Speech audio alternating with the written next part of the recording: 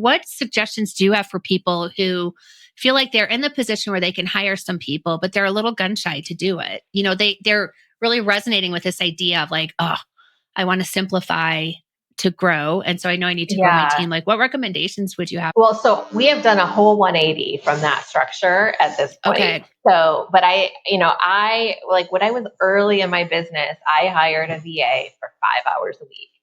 And she had been doing bookkeeping for me, and she came on to do a bit of customer support, and she ended up like for a long time managing our technology. And so I just say like, pick the one thing that you can't eliminate that you want to delegate, and just start there and let it be small. Like you don't have to start with the big thing. I am so excited for today's guest, Laura Brandenburg. She has a curveball story that's all about finding clarity in the chaos, which I think is just the perfect place to be finding some clarity. She's the founder of Bridging the Gap, and she was in the middle of a huge business launch in 2018 when Hurricane Florence hit. So right in the middle of this, she has an evacuation, a storm of destruction. That's what she called it. If that's not enough, just weeks later, a mystery illness landed her in the ICU. God, talk about a rough patch. Like that is a lot happening all at once. But instead of pushing through it as if nothing happened, Laura took a step back and started rethinking her entire approach to business. Over time, she shifted from doing the more to embracing simplicity and profitability and saying no to the hustle culture, which is I 100,000% support. Laura, thank you so much for being on Curveball. I am so glad that you are here. I'm so excited to be here. Thank you so much, Heather. And you look absolutely so gorgeous and tan and just healthy. So I'm so glad that life is treating you right. So let's start with 2018. So you're in the middle of this huge launch when Hurricane Florence hit. And you said you live in the South too. And then you had you were in the intensive care unit. Like, oh my gosh, what was going on? And then what did that teach you about your priorities and resilience? Yeah, I think even just leading up to that is a piece of it. So I had hired a business coach, and I had spent the year doing like all the new things. I had like gone, like I teach business analysis, and I teach that online, and that's what I've been doing for years. And in that year, I tried to like sell VIP days for like $10,000.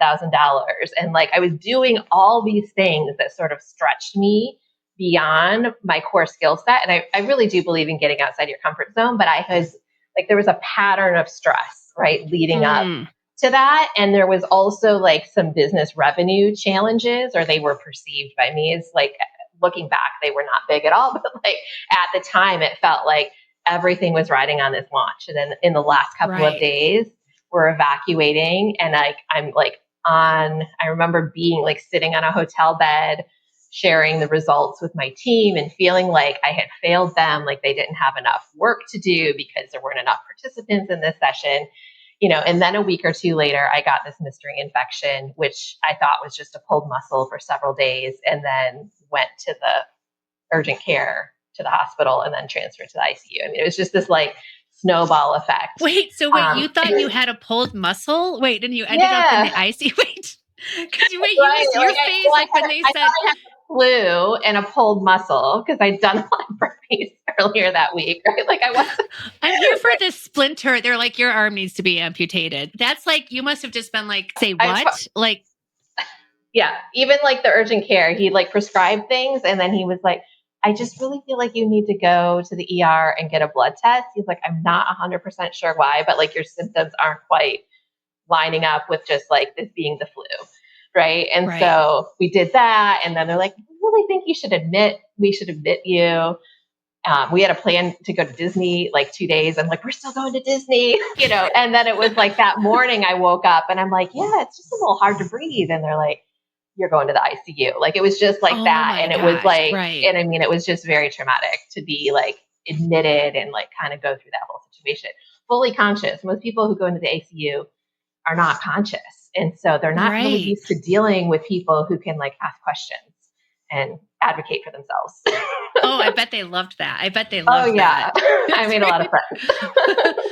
So then we were talking in the pre-interview too, like when you have something like this, like a really significant sort of health curveball that really took you out of commission for, you said for a couple of months, right? I mean, I started to get better the day I came out, right? So like there was Okay. not like an integral thing. It was like more like the infection went away and then my body had to regain strength and reheal. It like you hadn't walked for 4 days because you're in an ICU bed Right. and that kind of thing. So like there was a lot of strength rebuilding. But like I was back working like from the couch a week later. Right.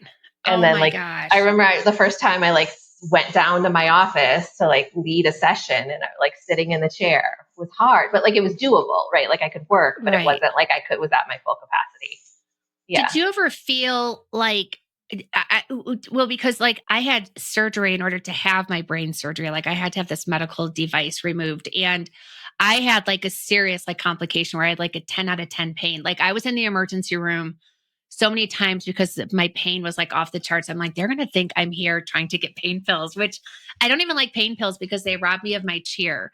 But one of the things I really felt compelled to do was I was in the process again of launching something like an AI, and I was like feeling okay from a pain perspective, like 7 out of 10, I would say was sort of like a good day because it was just like not, oh, just so like just bone crushing. And I was in Durango, Colorado, and for a mastermind meeting, and my hotel room wasn't ready. So I walked into my friend's hotel room, my friend Molly, and she was like, "You are not doing this webinar today." And I'm like, "No, it's like in an hour. Like I have to do it." And she's like, "There's no way." And I sat down and we drafted an email where I canceled it. And then I also had to cancel like the delivery of the program because everything was so up in the air for me at that time.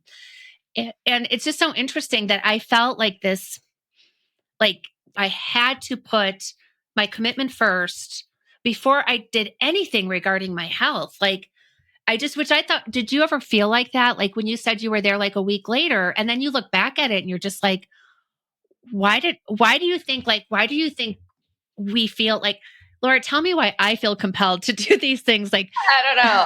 I my version of that story, I came home from the hospital on a Sunday and I was scheduled to run a webinar on a Tuesday to like kick off the program or one of the sessions, right? And I had a whole team at this point. I had 3 or 4 instructors. I had a program manager, and I was like, I'm running the session. And she came in and she's like, no, you're not. We've got it. We're fine. Like, we don't need you to do this. But then the next Tuesday, I remember I was like, okay, that was so awesome having them step up. And I was like, can somebody take this next one? Like the next, right, yes. And like, no, like most of the people on my team at the time were like had full-time jobs and sort of did this on the side and nobody could take it. And I was like, okay, Right. I got to figure this out. Right. I was so grateful that I didn't have to do it that first week. I don't think it would have gone really well, but yeah, but I was ready to. I was ready to like jump back in because it's like when you're a business owner, it just feels like part of who you are. And so letting go of that was really, really hard. Yes. And I also like love the delivery of my programs too. Like my husband's always like, when you have your coaching calls, he's like, he's like, because he works at home too. He's like, you literally will come downstairs and be like, I had the best call ever. Like, I just love it so much too. So I know it's also like a tonic as well. But you had said like this experience of like this hurricane and your house, I think your house was okay, but you were surrounded by a lot of destruction, which is still very traumatic to even be in that kind of environment too. So you were talking about how you move from this place of like growth, hustle. Like we all, as online entrepreneurs, I'm sure you're just like, I mean, come on. Like everyone's always like, come on. Like, there's this sort of this badge of honor, like the harder you work, but you decided to choose simplicity over growth. Okay. So that's like I feel like I've gotten there, but it's been a journey to get there. Tell me everything about it. So I think right after that, it was all about once I started to get well enough, I'm like, what do I actually want to do? How do I actually want to do this? I created a whole new program around mindset and coaching that ended up being like a whole new thing to deliver and to work into our system. And I set the goal of like, I realized how important it was to have a team. So I set the goal of like having a much bigger team. So actually, like where I felt like I was on the trajectory of being supported, it actually also created this need, because when you have more resources, you have to fund those resources. So like it created a new kind of hustle just to have the team so that I didn't have to do the things I thought I didn't want to do anymore. Right. Totally. So Right. you So had said that like was the when first you phase. that you Yeah. had a team of like 3 or 4 people. So how big is your team now? So we have now gone through a massive simplification, but what we grew to was 2 or 3 contractors like supporting the tech and the customer support, a Right. full-time employee who's a director of operations, and then 5 part-time instructors. Oh Yeah. my gosh. Wow. That's and that's a lot. Like, especially, I would sort of think around the instructors that you're bringing on too. Like, I often think about like the Uber brand, right? Like the Uber brand hires people that they never meet, but they're representing the brand too. So that must have been interesting to have that many part time instructors teaching your curriculum that you're so passionate about too. Yeah. Yeah. And like out of that, we ended up building a certification. So, and part of that certification Oh my God. Wait. was like that participants were like submitting deliverables. And that's why we had such a team, is because every one of those deliverables got individually reviewed in order to like, meet the certification requirements. And there was just so much administrative overhead in delivering that kind of program. It was really Right. intense. Yeah. I feel like though, I don't know why I feel like because you are a business analyst that you would be like killer with a spreadsheet or have like processes and procedures. Is that fair to say that you are one of those people? Generally, yes. Especially my director of operations who I but I'm hired. still fun at parties, people. Like, Yeah, we do now for sure. We have yeah. great SOPs, and the person I hired as the director of operations like really actually helped put a lot of that in place. That's incredible. So that director of operations. So what was your first expansion hire that you were like, wow, like this is sort of a big thing in my business that I'm bringing on this kind of position? Well, the first thing that she took over was, as a contractor, we worked together for a long time, was a program manager. And so she managed the whole delivery of that program. So she trained the new instructors, she built out the standards, she took like my training and turned it into how do we train people to do this and what are the standards, like Right. all the pieces and parts, and what is the schedule, what are all the, like she had this Excel spreadsheet with hundreds of rows of like all the things we had to do to launch and deliver, because every Right. session was I know. about 6 months. It was just like Oh my it was a God. lot. That Yeah. is, well, and that position is one of like trust too. Like, I have made some really, like, for someone who I think is like, I consider myself to be a good, sort of not easily like take it, like I'm a sort of savvy business person, but I have made some really bad hires because I'm also like such a fan of people. Like I'll be like, oh my God, they seem so cool and nice. And so I have a friend who her name is Talmar Anderson, and she has this program called Boss HQ.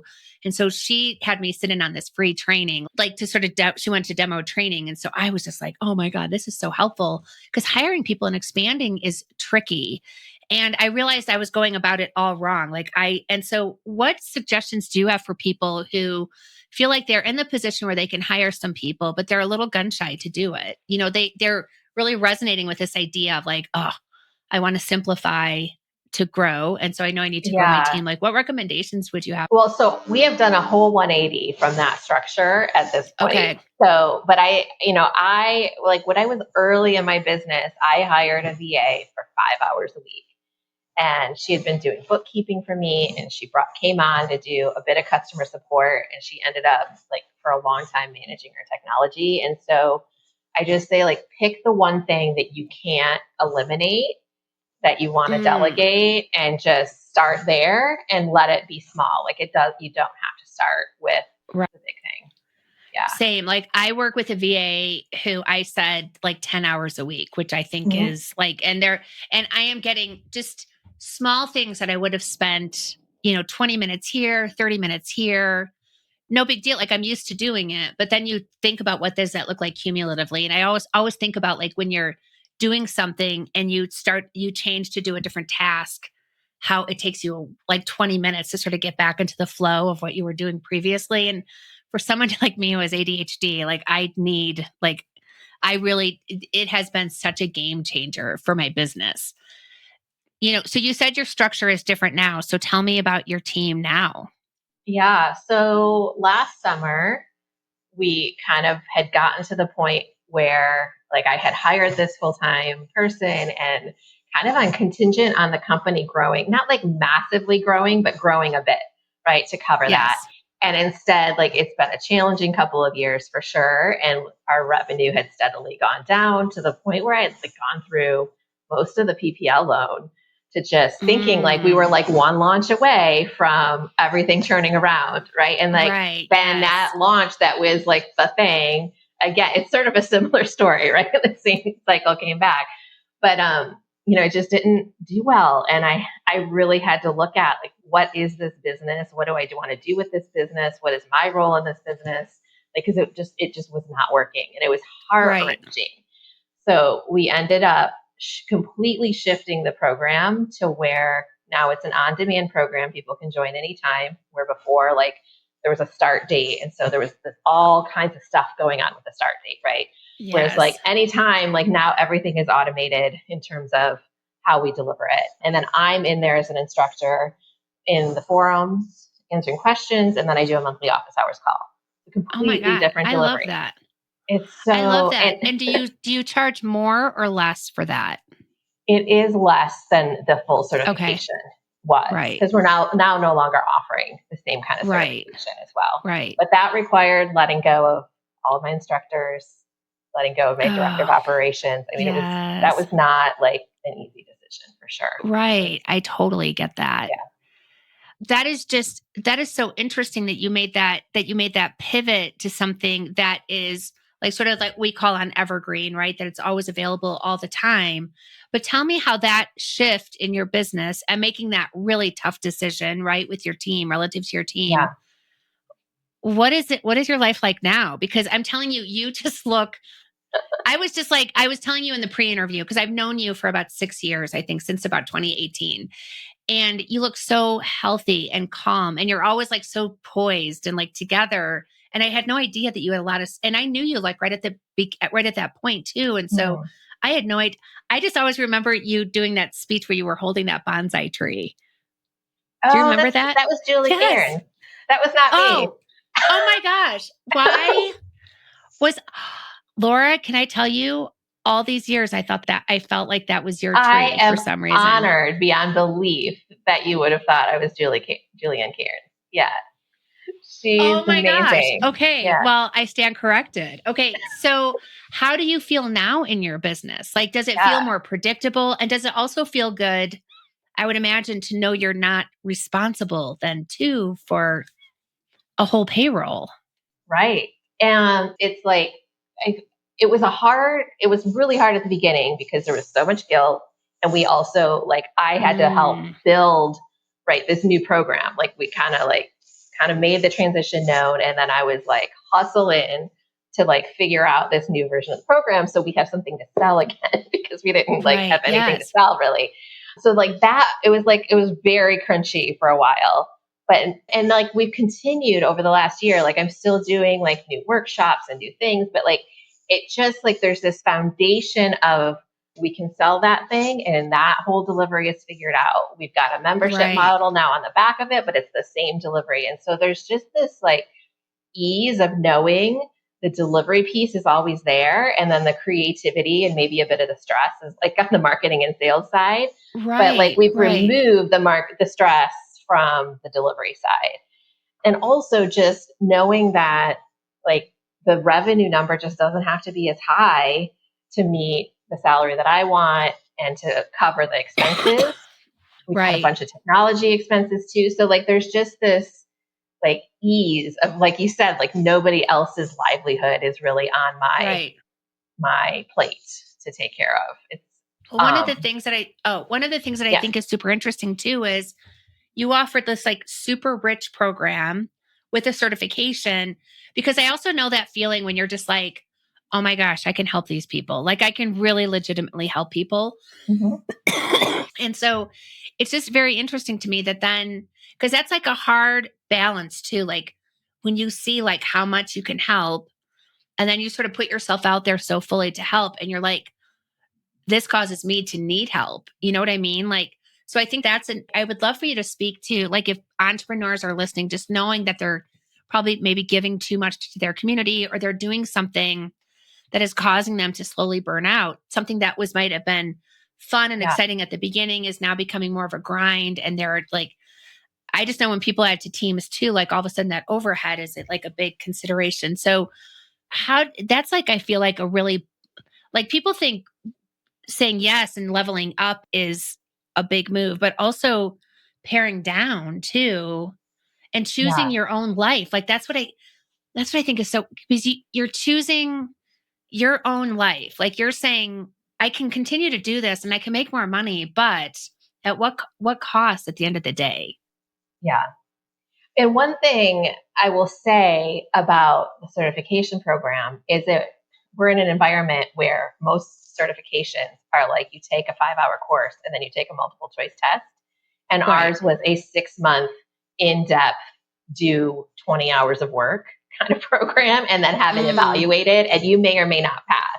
Right? Like, we had some Like a very real specific standards. certification. Like, yeah. Yeah, it was like not a it was like participation. Yeah. beyond college course type thing. But like, that also created a lot of resistance from people who were thinking about joining, because they were Right. worried about passing. They were worried about the time investment. They were worried about being able to do, like, so it's like we were offering this very premium experience, but it also created resistance, I think, from our Right. customers. Yeah, I could see that Yeah. totally. So Yeah. your story, to me, like, when I was reading about it, I'm like, this is really about the importance of like learning lessons, right? Even when they come in the hard way. So what would you give, like, what advice would you give to anyone, like, in their life? Like, it doesn't even have to be entrepreneurs, because I think as like women and as moms too, like, I talk with a lot of women and moms who just feel like really overwhelmed and are doing like all the things. Like, I Yeah. just think about, like, I remember reading something like last Christmas that it was about like there's actually something, like, I forget the name, but it's like a psychological role that like the mom typically plays at a holiday, where she's doing like all this backstage orchestration stuff. Like, she's sort of like cooking and wrapping. And like, so this woman wrote in, she's like, yeah, my mom was literally in the middle of like making this huge dinner for us. And my brother walked in and said, could you wrap this gift for me? She's like, my brother's 27, but I do know, like, I talk with enough women who feel like pulled in a lot of directions and feel committed to each of those directions too. So how, I know we talked about hiring somebody, but I want to talk, I think, more about just that mindset to Yeah. get to that place of like, what does simplification look like? And because you said I wanted to think about like what this business looks like, but if you were talking with someone, what's their first 3 steps that they should be thinking about? Maybe Yeah. asking for a friend. I'm literally asking for me. Like, I think the most important thing I had to admit to myself was that I had spent several years of my life in business kind of chasing a goal that wasn't mine. And it was a goal like laid out very clearly in the online entrepreneur community. wait. Right? This is okay, wait. I literally got goosebumps when you said that. I Yeah. spent years in my business chasing a goal that was not my goal. Yeah. That's The elusive 7-figure year, right? Right. Having the big team, having the big launch, like all of those, like I spent, like when I actually sat down and looked at what I wanted, I was like, I don't know that those are my goals. And like, I bought into them. Like, I own the fact that I thought they were my goals and I wanted them at a specific time. But like, I really had to admit, like, I'm actually not sure these are my goals. No, like, I thought I wanted that same thing to be like the new Marie Forleo, like, to come out and just have like a course like B School. And when I was doing those large scale launches, because there are so many moving parts and pieces, and I'm a marketing expert, right? Like, so I remember thinking like, this is going to be easy for me. And it's like, it might be a little bit, because I know the concepts, like it might be easier for me to create stuff, but it doesn't mean I get to skip over any of the steps. You know what I mean? And it's just so intense. And I realized when it came to doing those large scale launches, I actually have a spot in my house where I go to cry. Like, I have a crying spot in my house because, like, when I get so frustrated, I found, and it's at the top of my stairs, I would get so frustrated I would have to get up and walk away from my computer. And then I would sit down and have a frustrated good cry at the top of my steps. And I'm like, this is messed up that this is making me cry. Like, this shouldn't be. And so that's why I became such a huge fan of doing small group cohorts, because I Mm, love like the interaction with people. I love the coaching. I love all of that.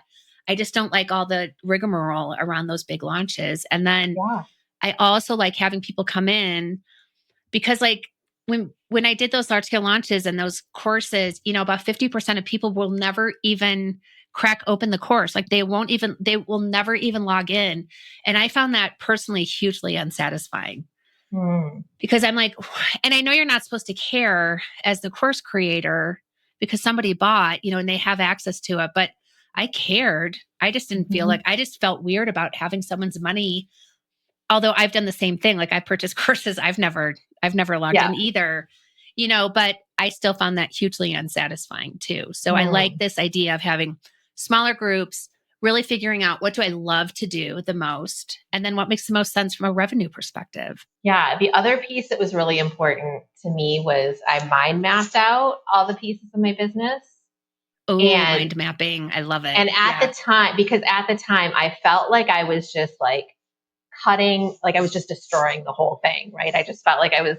And then when I really sat down and mapped out all the pieces, it was like this little 10 to 15% over here of Right. what I was actually cutting, but it was like it was costing all the complexity and all, right? And so it was just this, actually, I'm not destroying my business, so Right. it just helped me see what was actually being eliminated and what was Right. being kept, as opposed to feel like, because I think it's very natural to feel like simplification is a complete destruction. And it doesn't Totally. have Well, to when you be. feel like Yeah. something is being taken away, right? Like when I worked corporately, I remember we had this like stupid newsletter that we would send out. I worked for these apartment companies, and there'd be these newsletters that went out to residents. And so we would spend like $250,000 a year on these stupid newsletters that nobody reads, and they didn't, but we felt like we had to do them. And so I was just like, that is a lot of money. So I'm just going to stop doing that, because I ran marketing. So I'm like, I'm going to stop doing. So we let everyone know. And the property teams were just like, how can you take this away? I'm like, nobody has even cared about this for years. And it's sort of funny, like when you feel like you're losing something or you're taking something out, especially something that was your creation. It started in here, right? And then you were able to put it out, create something tangible. There's a lot of like when your fingerprints are on something like that too, it also feels like almost like a loss. Like, so like, did you grieve at all? Like, is that too strong of a word? No, but you did. No, I agree. Like it was so hard. And like, yeah, there was a Oh, lot of grief. Like there was a lot of anxiety because I right. was actually on sabbatical for the month of August, which was the time that I worked through like the decision and what would go and what would stay and what I was going to do next. And then like I had to come back and like multiple communications with all the team members and like then kind Right. of then it was like, how do I actually share this with the world? So that, yeah, there was a lot of grief, but there was also a lot of anxiety about getting that right and treating everybody with Sure. as much respect. And like, while at the same Right. time, like financially, I felt like things were just falling apart. Right. So like that sense of security was also a little unhinged. So yeah, Oh, it right. was Yeah, super totally. emotional. Yeah. Yeah. Yeah. Yeah. Well, yeah, especially because I mean, I have seen this too, like in the mastermind, like a lot of people have said it's been an interesting couple of years, these past 2 years, especially Mm-hmm. too. And, when when you're just like at this level and you might be like here, everything in our life tells us, no, you're supposed to start here and keep on going. Like it's Mm-hmm. sort of like society tells us that's moving in the wrong direction. But Mm. ultimately for it was not the Yeah. wrong direction. It was the right direction for you.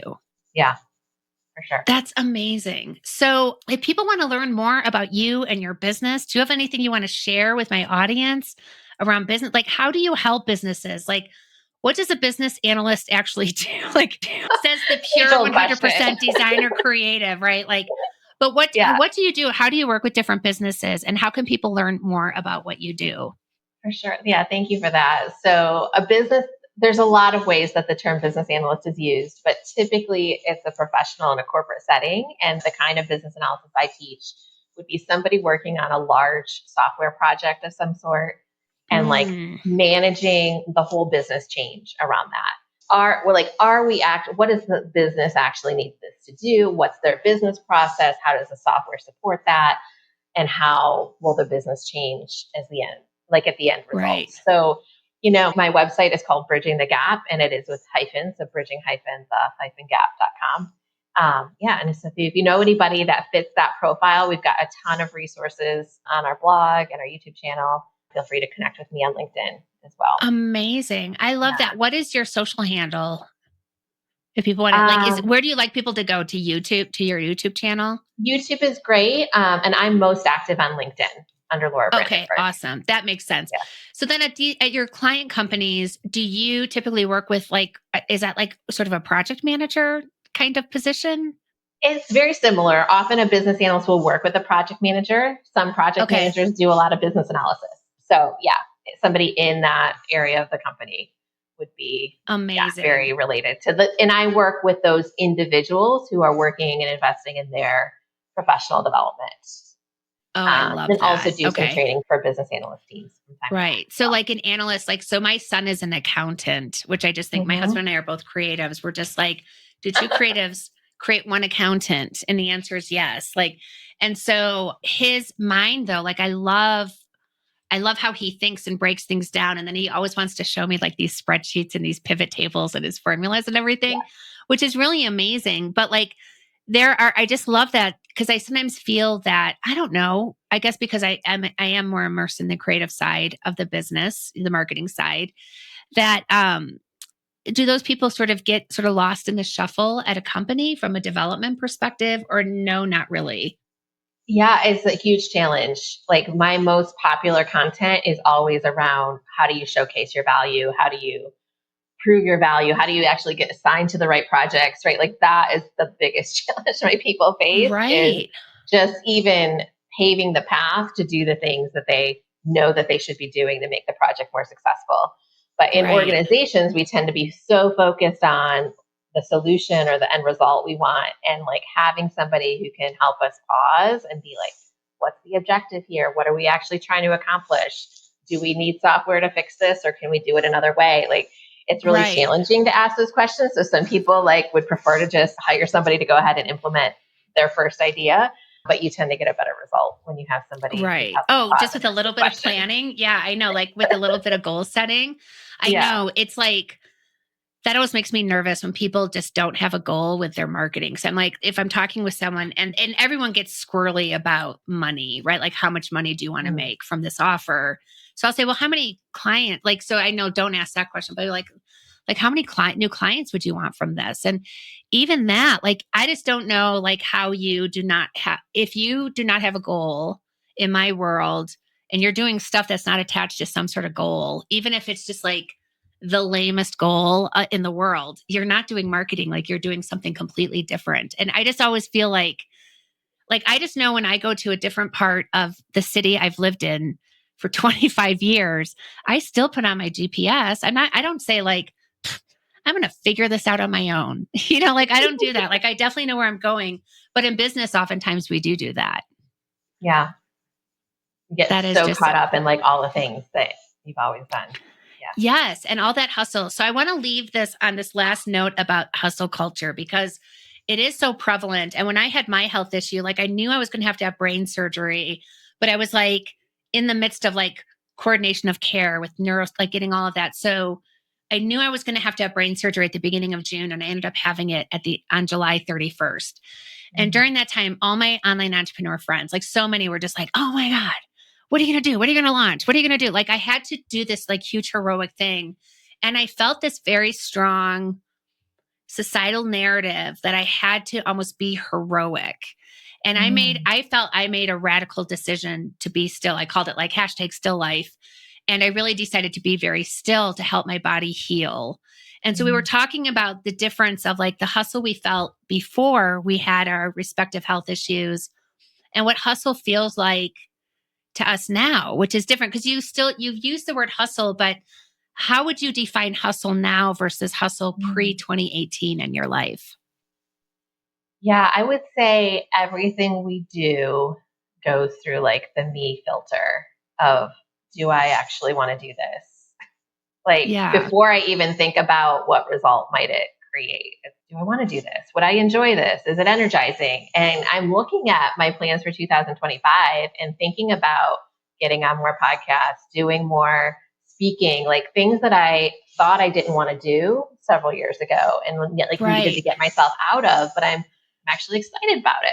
I was like, maybe this is a Yeah. phase, right? Where this is a phase where I get to go out and be in the community and share a lot of things. And like, that doesn't mean I have to do it even the next year or forever. It just means like, Right. this feels good this year or this next year. I love this. One of my friends and mentors, when I made this decision to be still, and I really did feel Yeah. like it was a radical, and then I had some of my friends do it with me, and I'm like, I have an extenuating circumstance that's sort of causing me to decide to be still. You guys are deciding to do it. What was so interesting is my friends who decided to be still with me were like, I feel like I'm behind. And I'm like, that is Mm, such a like sort of yeah.